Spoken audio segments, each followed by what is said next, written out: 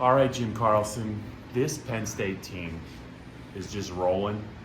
I'm not a math major, but the last 5 matches, beginning of January, they've outscored their 5 teams 190-18. That seems to be indicative of the number 1 team in the country. I also think, I don't know that it's talked enough about, but they're just so good defensively. Like, they didn't give up a takedown again to Michigan tonight. It's not the first time it's happened this year. You can't score on these guys. They're hard. It's hard enough to stay close to them in a dual meet, but when you know you can't score on your feet, you're doomed. Right, and there were a couple of situations tonight where Michigan didn't really have that many shots. They clearly had no takedowns, but a couple guys did get in deep. One of them on Mitchell Messenbrink. Yeah. Messenbrink is so good defensively, countering, knowing where his body is, knowing exactly what he has to do to keep his balance and come out on top of that. But it's they overall you just can't. It's very difficult to score in this team. Yeah. 2 wrestlers kind of at different points in their careers both delivered tonight for Penn State. Josh Barr, huge win over the number 2 kid at his weight in thrilling fashion in overtime, but also Kyson Garcia.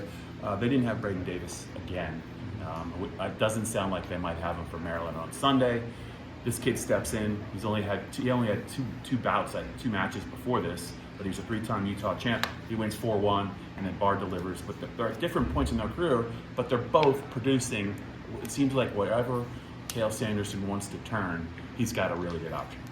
He does, and if you recall from our podcast earlier this week, I said that I thought Penn State's second team did say that could beat Michigan around 6-4 on a bout count, and I maintain that thought.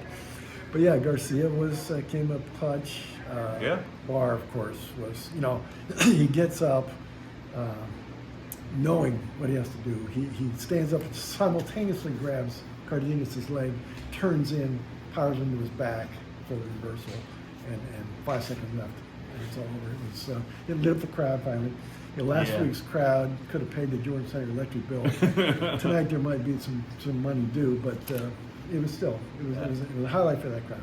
Yeah, I thought it was funny. They brought out Barr and they brought out Levi Haynes and Cale.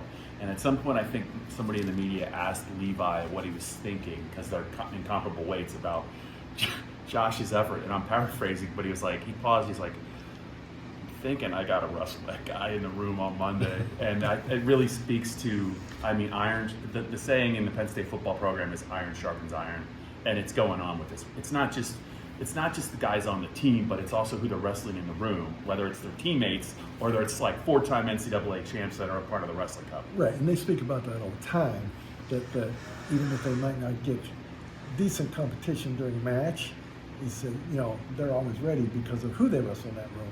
And you can't dispute that, like you said, with all the titleists and gold medal winners, and they are ready to go when they hit the mat. So this was their 5th shutout of the season. Correct. I don't think they're done shutting out teams.